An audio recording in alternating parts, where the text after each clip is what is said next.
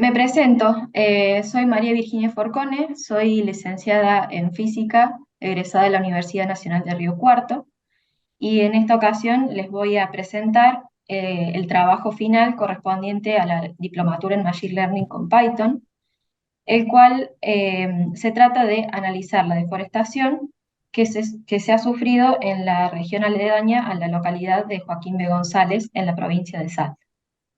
Como objetivos generales de este trabajo, tenemos medir cuantitativamente el avance de la deforestación a través de los años, es decir, en cantidad de hectáreas, analizar dicha evolución temporal para luego predecir escenarios futuros. Para ello vamos a utilizar imágenes satelitales, las cuales en primera instancia, mediante observación, podemos apreciar el fenómeno de forma cualitativa. Estas imágenes satelitales se forman por medio de recolectar la reflectancia de la superficie de la Tierra, es decir, la luz del Sol llega hacia la Tierra, la superficie la reflecta y llega al satélite recolectándola con sus detectores. Esta reflectancia depende de la longitud de onda, y esa variación de la reflectancia en función de la longitud de onda se denomina firma espectral. Dependiendo de lo que haya en la superficie de la Tierra que esté reflectando la luz del Sol, va a ser esa firma espectral. Es decir, varía en función de lo que haya en la superficie. Entonces, es una forma que tenemos para justamente identificar los diferentes tipos de cobertura. En estas imágenes le muestro, Da- Dame, eh, déjame meter un bocadito para los que no sean sí, físicos. ¿Sí? sí, La longitud de onda es una característica de la luz que nosotros intuitivamente asociamos con el color. ujú, Entonces, esto estoy siendo simple, ¿sí? ¿Qué es la firma espectral? De algún modo nos dice cuán intenso cada color estamos viendo. ujú, Entonces, es una forma fácil de identificar cosas por los colores, como si el color ujú. del árbol fuera muy distinto al color de la piedra, al color de la tierra, al color del pasto. ¿Se parece a esto? Perfecto, Ignacio. Esos colores también, no solamente en la región del espectro visible, es decir, de los colores que vemos, sino también extendidos, tanto sea para la región ultravioleta o del infrarrojo. En estas imágenes les muestro, esta es la región con la que trabajé, la localidad de Joaquín B. González, una localidad pequeñita que se ubica más o menos por aquí. Y en esta imagen lo que les muestro son pines colocados justamente en los 5 tipos de coberturas con los que trabajé. Y a la derecha vemos las firmas espectrales de estos 5 tipos de cobertura. Por ejemplo, el cuerpo de agua se caracteriza por tener valores de reflectancia altos en la región del visible, que son estos 3 primeros puntos que vemos acá, y luego en la región del infrarrojo tiene valores muy bajos de reflectancia. Dependiendo de cuánta cantidad de sedimentos tenga ese cuerpo de agua, va a ser justamente qué tan, digamos, pronunciado sea el valor de reflectancia del rojo, del verde o del azul.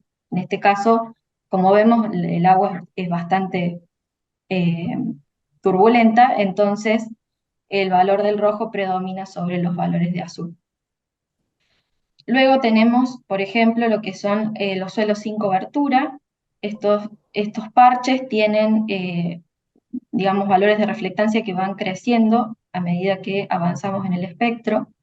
No así los parches con vegetación, sea vegetación nativa o cultivo, presentan un pico en el verde, que es el color que observamos, y luego un pico muy marcado en el infrarrojo cercano.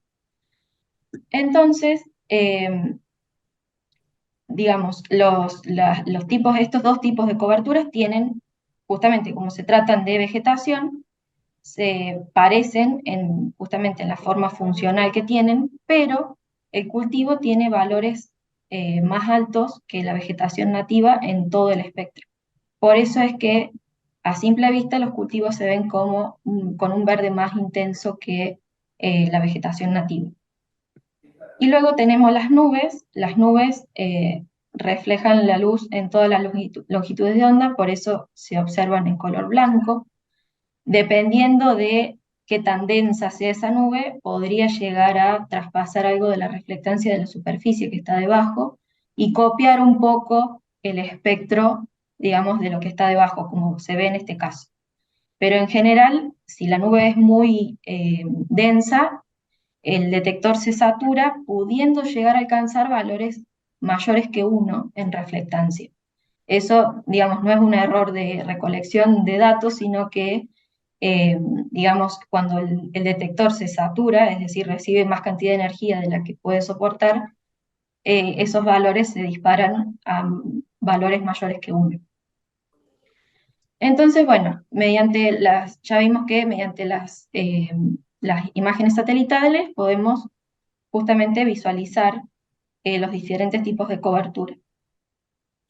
Las visualizaciones de las imágenes se dan o se representan mediante la superposición de las diferentes bandas que detecta el satélite en los canales RGB que caracterizan a las imágenes en general. Sabemos que en cada píxel tenemos valores de RGB para formar los colores. Entonces, en la imagen anterior que les mostré, esa era una imagen en la cual se ha superpuesto justamente las bandas del rojo, del verde y del azul del satélite para formar la imagen en combinación de color real, digamos.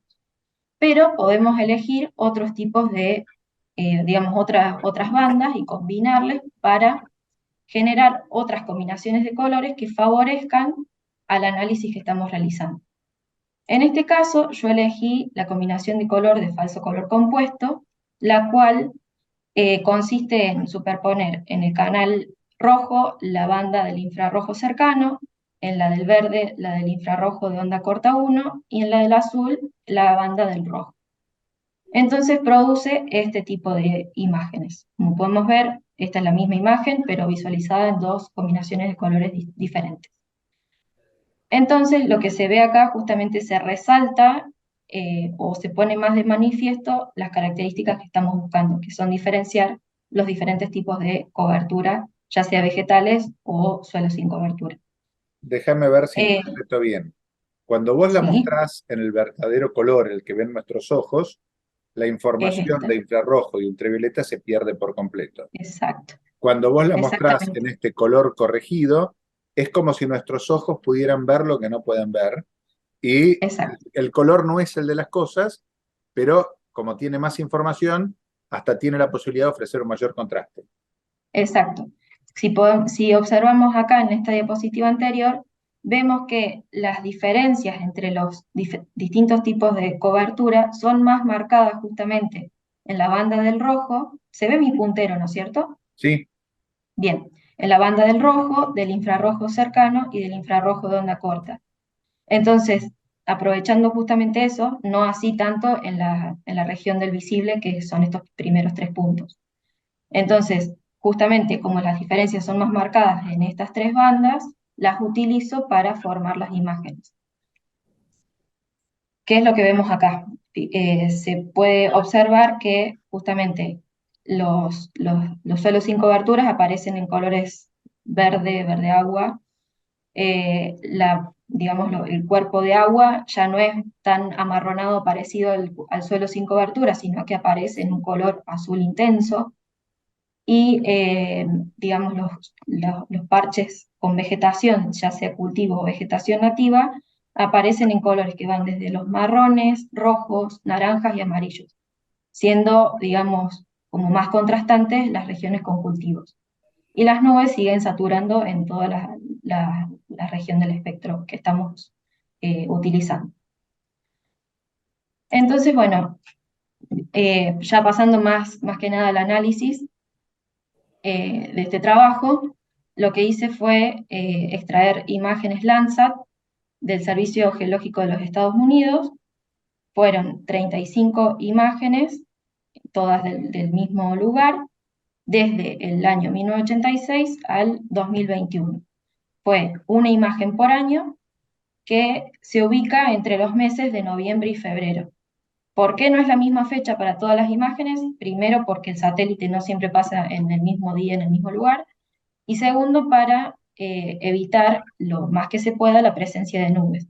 Si era un día demasiado nublado, entonces esa imagen no la utilizaba y buscaba alguna otra dentro del rango de lo que se considera verano en este hemisferio, para que justamente las estaciones del año no afecten al análisis. En cuanto a las nubes, tuve que eh, omitir los años 87 y 97 porque eran épocas muy nubladas, siempre estaba muy nublado, entonces no pude extraer una buena imagen de esos 2 años. Esas imágenes lo que hice fue recortarlas en las mismas coordenadas geográficas, visualizarlas en falso color compuesto y exportarlas en formato TIFF de 8 bits. Entonces, los valores de reflectancia pasan a ser valores enteros entre 0 y 255. Y esos archivos los guardé justamente con el nombre como la fecha, digamos, de cada imagen.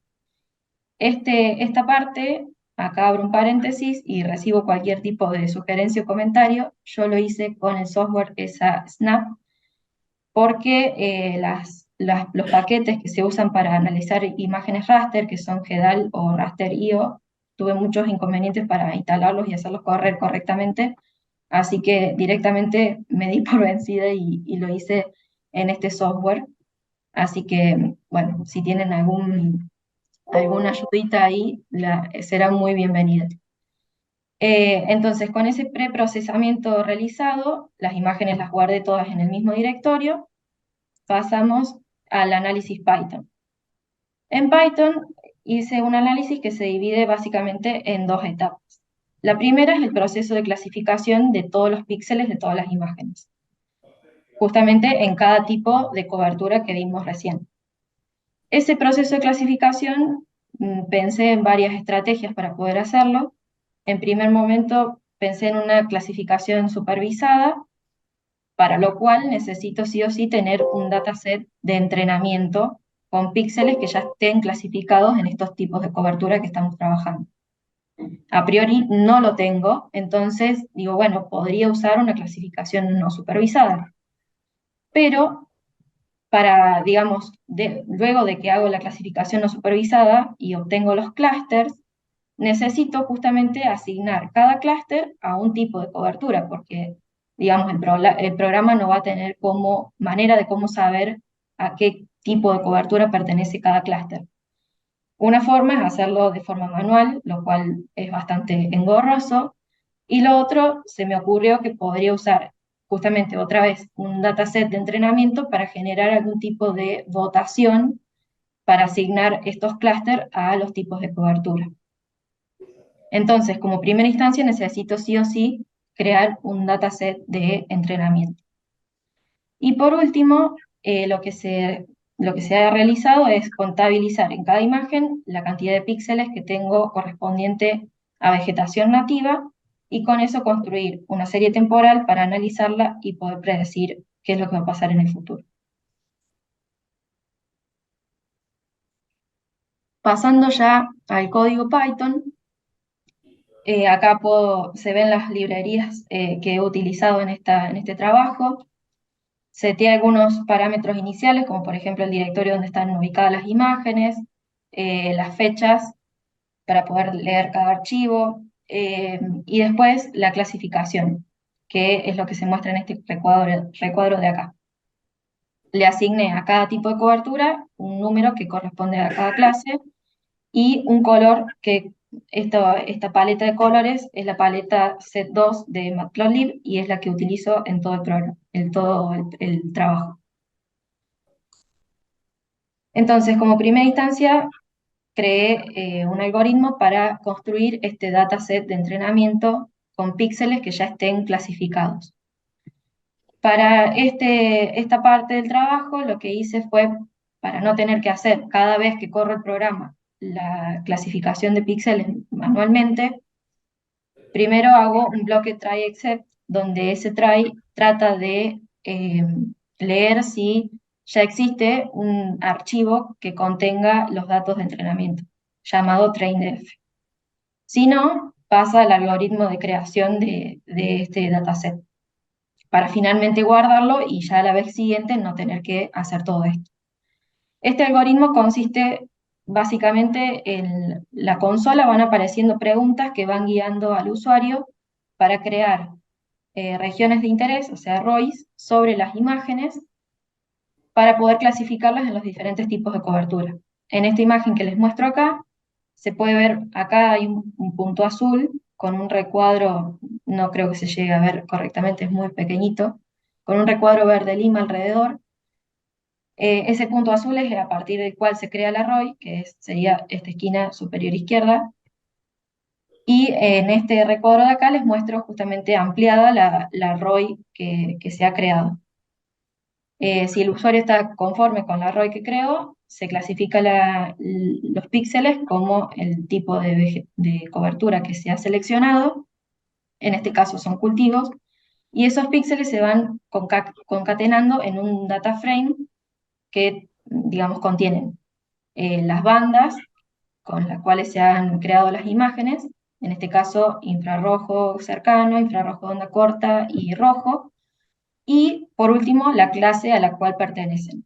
Entonces son un data frame de 4 columnas, que es el que se muestra acá.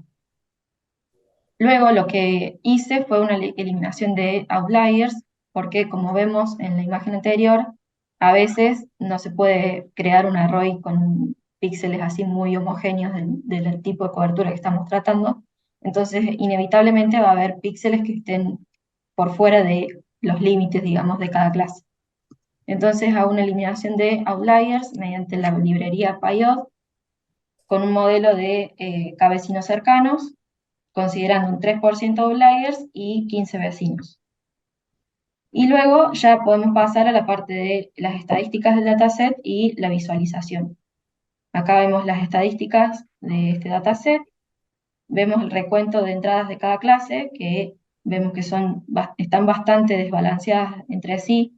Esto es porque justamente en los cuerpos de agua y en las nubes no tenemos gran variedad de colores, siempre es muy cercano al negro y el azul o al blanco, entonces tenemos muy pocas entradas, pero aunque están muy desbalanceadas, les spoilé un poquito, el algoritmo funciona bastante bien. Y bueno, acá les muestro, este es el espacio de las bandas de la visualización de las imágenes con estos son los diferentes puntos y los diferentes píxeles, digamos, de este data frame y a qué clase pertenecen. Y en este caso vemos las distribuciones de cada clase, que estas distribuciones que se ven en la diagonal se condicen muy bien con lo que son las firmas espectrales que vimos anteriormente. Así que bueno, no hay mucho para decir en este caso. Una vez que tenemos ese data frame de entrenamiento, podemos pasar a la elección de un modelo supervisado para clasificar los píxeles.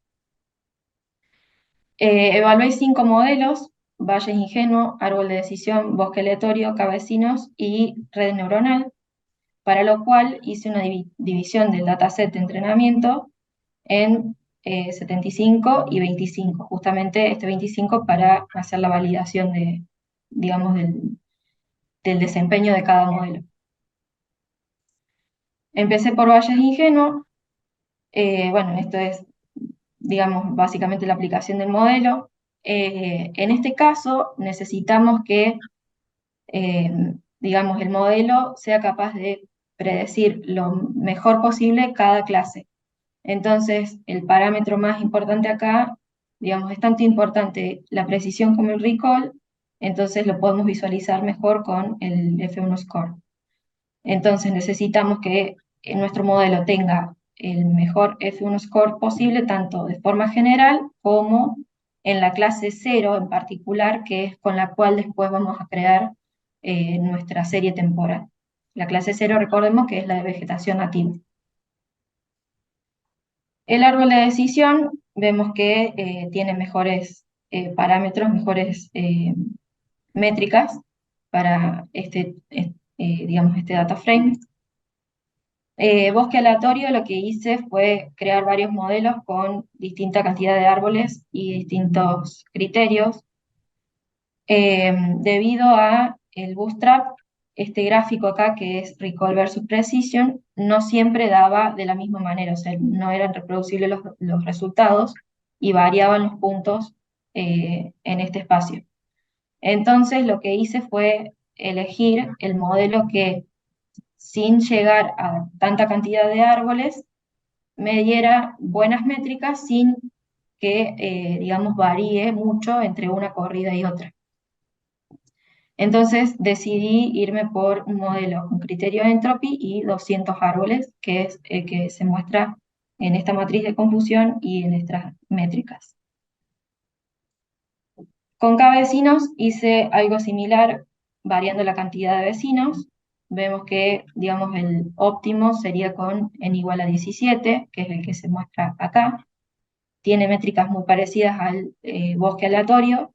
Sin embargo, debido a que K vecinos como que mide distancias entre puntos, y en las imágenes tenemos millones de puntos, millones de píxeles, esto se podría llegar a poner muy lento, digamos, para predecir. Entonces, en este sentido es que elegí Random Forest por encima de K vecinos. Y por último, la red neuronal, que hice algo parecido con las distintas funciones de activación y los solvers. Elegí una red neuronal de 3 capas ocultas con 9, 12 y 15 neuronas, que bueno, fue la que, digamos, mejores métricas me resultó. Sin embargo, digamos, no soy experta en redes neuronales y sé que hay un campo bastante extenso dentro del tema y se podría llegar a optimizar mucho. En este sentido, digamos, la función ReLU y el solver Adam fue el que mejor anduvo, que es el que se muestra acá, pero esta red neuronal tarda demasiado en predecir los píxeles, así que en clasificar los píxeles, así que directamente lo descarté y finalmente me quedé con Random Forest. Como había dicho antes, Random Forest varía las métricas en función de el bootstrapping, digamos. Entonces lo que hice fue correr como un mini Monte Carlo del modelo, tomando 10.000 experimentos en los cuales se hace la división de train test sin fijar semilla para que sea aleatoria y el modelo con bootstrapping. Entonces, en un, digamos, data frame que contiene digamos, las métricas vacías, se van sumando todas estas métricas y al final se dividen por la cantidad de experimentos. Esto nos da como las métricas promedio de nuestro modelo. Ya con eso podemos directamente pasar a la clasificación de los demás píxeles en todas las imágenes. Espero que los colores favorezcan a la visualización. Acá les muestro, apliqué directamente Random Forest a cada imagen, entrenando al modelo con el data frame de entrenamiento que creamos completo, digamos, ya no lo divido en train y test, porque directamente lo uso para entrenar todo el modelo. Estas 3 imágenes que les muestro acá son las más representativas de lo que les voy a contar ahora. Vemos que en primera instancia, digamos, por medio de la observación podemos ver que clasifica bastante bien todos los píxeles, reconoce la presencia de nubes, si bien tiene algunos errores que pueden ser introducidos tanto por, digamos, equivocación del modelo como por, digamos, densidad de la nube. Si la nube no es muy densa, habíamos dicho que podía llegar a copiar, digamos, el espectro de lo que hay debajo, y esto podría llegar a traer confusiones. Entonces, eso, digamos, las nubes siempre van a ser un problema que ya vamos a ver cómo lo resolví, porque no, digamos, están ahí y no podemos ver qué es lo que hay por debajo. Y por debajo sí hay cosas. Puede haber vegetación nativa como otros tipos de cobertura y nos impide contabilizar de forma correcta la superficie que corresponde a vegetación nativa, que es el análisis que vamos a hacer después. Después, como vemos acá en esta segunda imagen, tiene problemas cuando es una imagen que contiene muchos aerosoles en la atmósfera, digamos. Si la atmósfera estaba con mucho polvo, además, eso introduce errores que se pueden ver en la clasificación. Esto está muy feo. Entonces, bueno, eso es algo más a tener en cuenta. Y luego hay dos imágenes de este conjunto de imágenes que tengo yo que corresponden al satélite Landsat 7, que se ve que en algún momento tuvo alguna falla técnica, que las imágenes contienen estas franjas donde los píxeles tienen valor nulo, es decir, 000.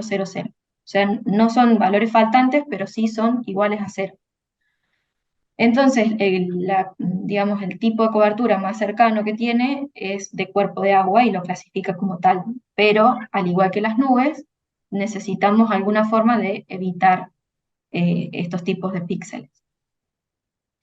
Por otro lado, habíamos dicho que había pensado en un modelo no supervisado por medio de clusterización con K-means, para lo cual también había mencionado anteriormente que para asignar cada clúster a cada tipo de cobertura necesitaba o hacerlo manualmente o idear algún sistema que me permita asignar de forma automática los clústeres a las clases. Entonces lo que hice es, una vez que clasifico, digamos que armo los clústeres, una vez que ya están listos, lo que hago es tomar un 1% de los píxeles de la imagen al azar y sobre ese 1% aplico Random Forest. Entonces luego, para cada clúster, hago un recuento de los votos que tiene, según Random Forest, esa clase. Entonces, la clase que tenga más votos es la que se queda con el clúster. Este algoritmo fue, como se imaginarán, mucho más lento que el anterior, como el doble de tiempo tardó, más o menos. Sí clasifica a ojo, digamos, bastante bien, pero tiene confusiones, por ejemplo, con el cuerpo de agua acá, en varias imágenes no lo detecta. Es como que lo mezcla con otros tipos de cobertura. Eso también sucede, por ejemplo, con los cultivos y el suelo de, perdón, y coberturas con vegetación nativa, porque justamente sus firmas espectrales eran muy parecidas, entonces, digamos, como que las clases ahí pueden llegar a estar un poco mezcladas. Si bien pasa eso, digamos, seguimos teniendo el problema con las nubes y con estos píxeles corrompidos, por así decirlo. Pero en el caso de, digamos, las imágenes que contengan aerosoles, les va bastante mejor. Aún así, esto no me convenció y bueno, como dije anteriormente, tenía varias confusiones el algoritmo, entonces decidí quedarme con Random Forest, pero tratando de aplicarlo de una forma más conveniente. Entonces digo, bueno, si tengo una imagen con mucha presencia de nubes, podría llegar a usar los píxeles que ya clasifiqué antes o después para ver qué es lo que hay debajo de esas nubes, teniendo en cuenta que justamente la deforestación es un proceso que siempre va creciendo, digamos. Lo que, digamos, me ayudó a esta implementación fue pensar en que lo que hoy día es una región que contiene vegetación nativa, antes también lo estaba, digamos, no ha habido procesos de reforestación, así que es una constante que se mantiene. Y al revés, lo que antes ya estaba deforestado, también hoy día lo va a estar.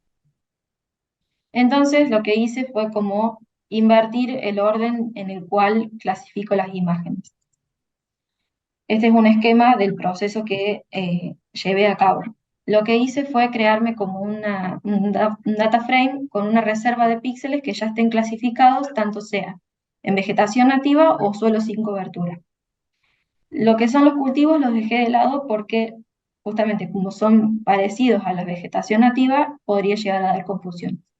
Entonces estas clases 0 y 2 son las que más se diferencian entre sí. Y teniendo en cuenta lo anterior, lo que hice fue reordenar las fechas con esta función que vemos acá. Lo que hace es poner en primer lugar la primera fecha, en segundo lugar la última, en tercer lugar la segunda, en cuarto lugar la penúltima, en quinto lugar la tercera, en sexto lugar la antepenúltima y así sucesivamente hasta el final. Entonces lo que hacemos es lo siguiente. Tomamos la primera imagen, que coincide con la primera imagen en fechas, y clasificamos todos los píxeles. Si detectamos que tenemos suelos sin cobertura, eso se va a mantener hasta el final, hasta hoy día. Entonces los reservamos a esos píxeles.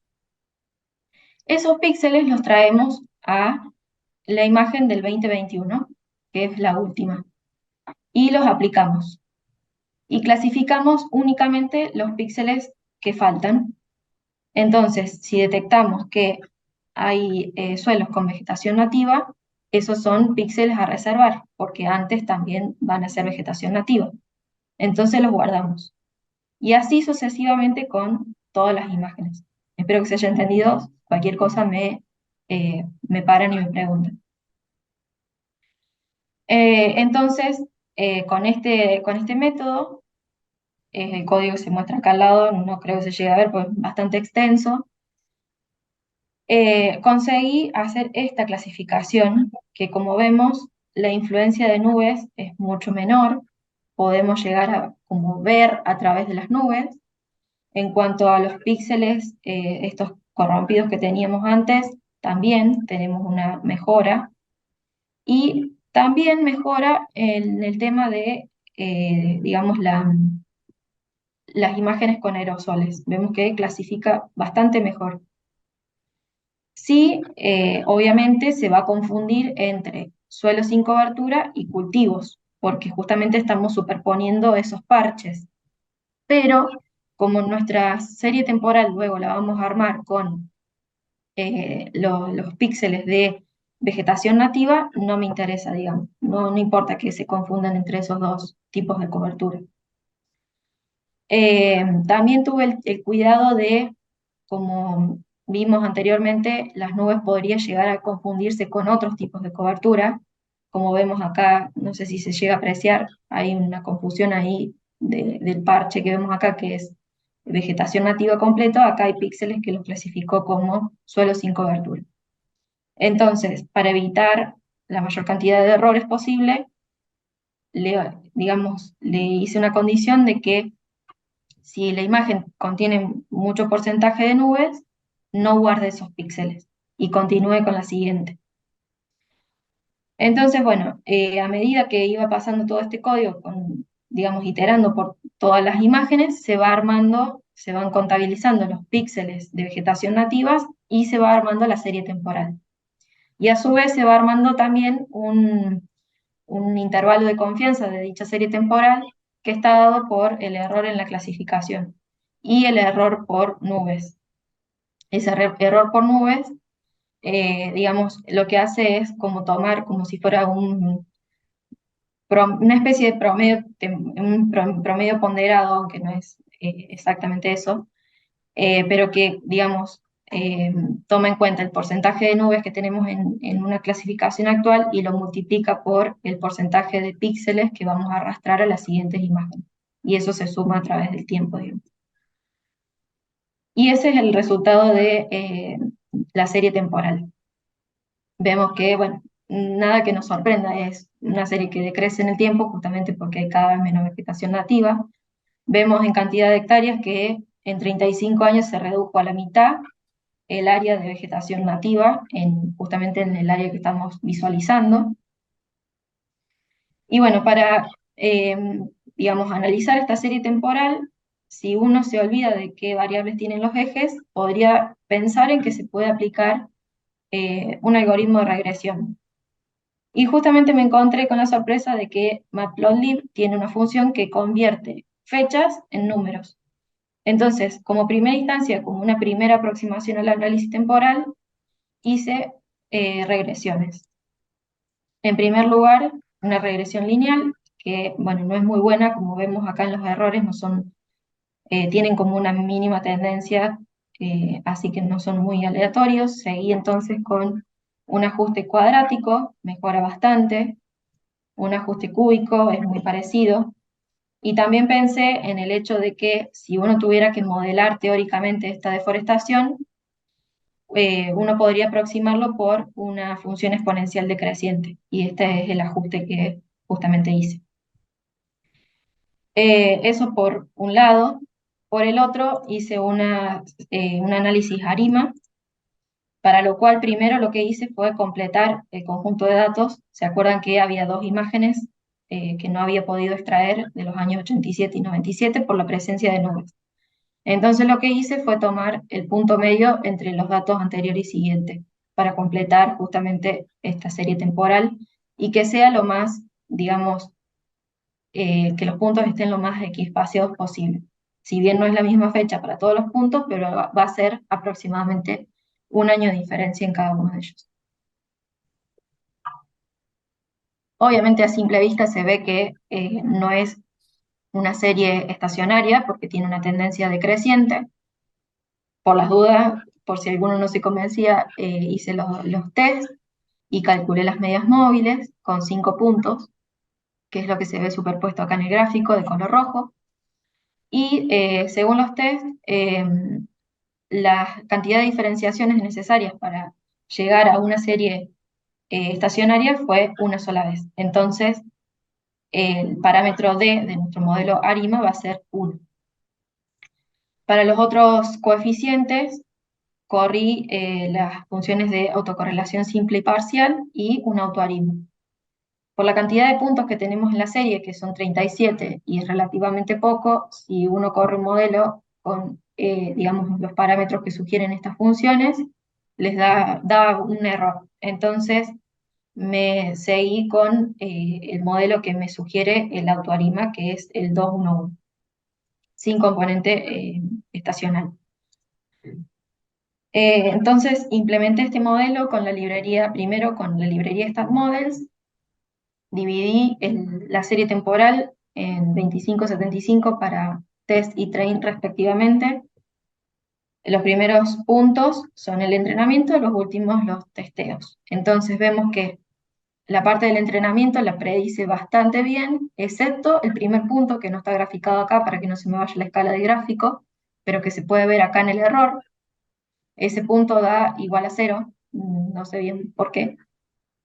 Entonces, en el resto de, digamos, digamos, del espectro, digamos, del intervalo temporal, lo predice bastante bien, excepto en la parte del testeo, que, digamos, no sigue la tendencia de la serie y el intervalo de confianza es bastante grande, entonces no me convence.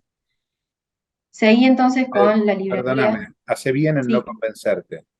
Y lo que de algún modo está demostrando esto es que este modelo no termina de entender lo que está pasando. Con no. alguna regresión, haciendo esto mismo de train y test, ¿te fue mejor? Con las regresiones, como vimos antes, vemos que ajusta bastante bien, Claro, pero digamos, porque lo para el haces con testeo. todo. Claro, Claro, usar la regresión para predecir el futuro. no lo probé sinceramente, pero se podría hacer Bueno, tranquilamente. si lo vas a publicar, que esto parece, tiene toda la pinta de algo que se puede publicar, yo lo haría. Sí, Ujú.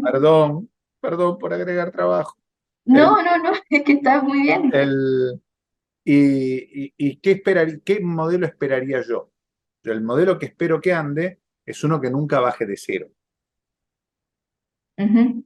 ¿Sí? Vos agarras una Bueno, recta y la recta, la parábola, la cúbica, todas esas tienen la chance de bajar de cero alguna vez sí. o de volver a la- subir, lo cual ujú. tampoco tendría mucho sentido.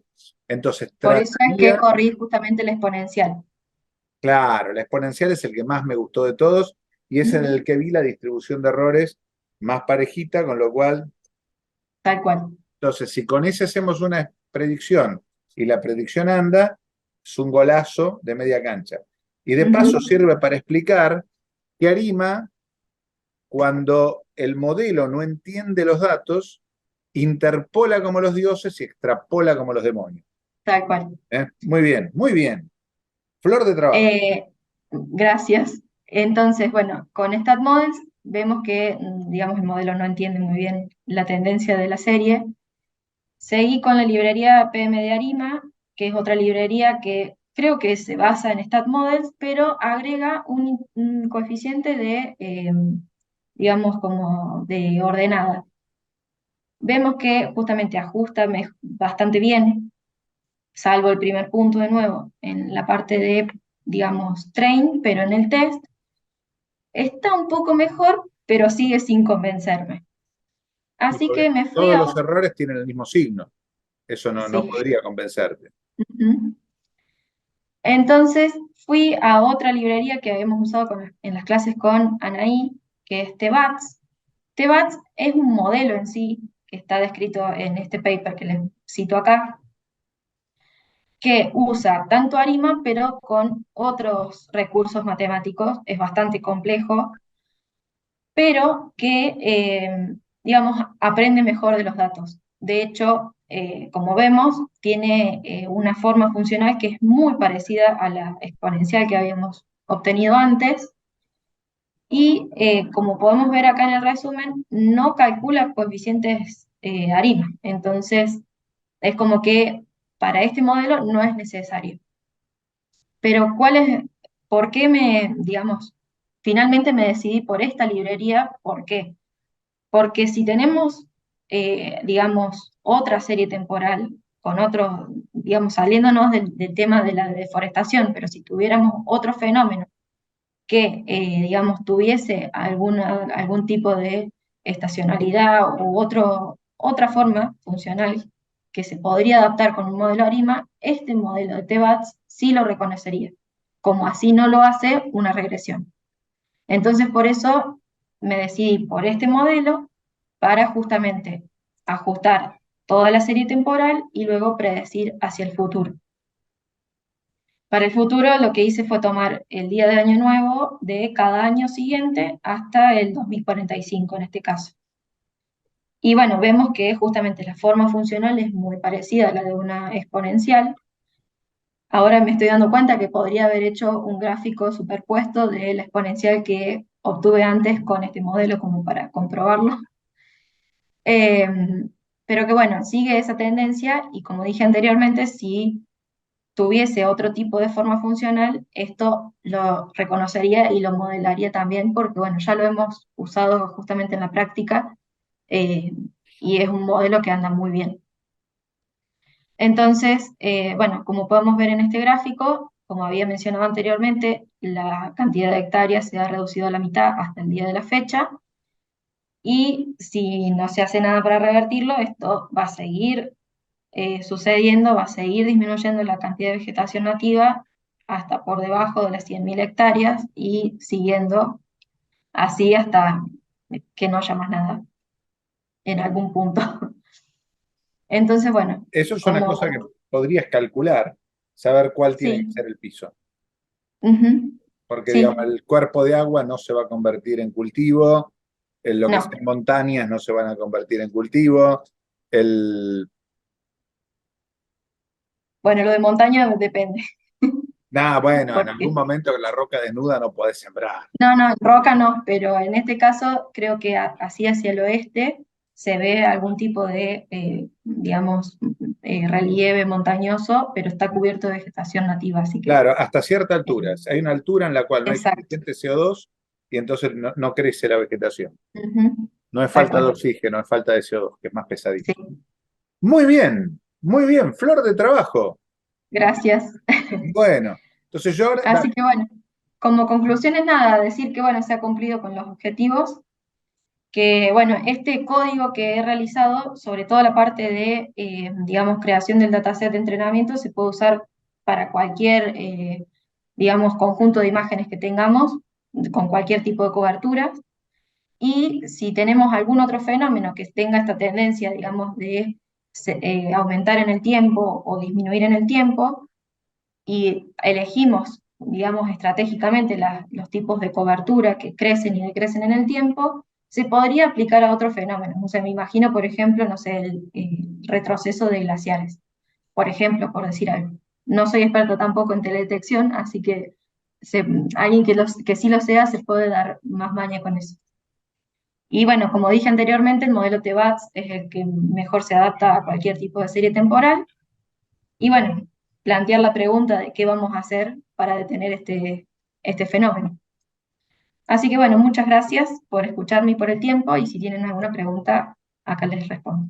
No, muchísimas gracias. Ahí dice algo. Muy bueno, muy bueno. La verdad, una pinturita.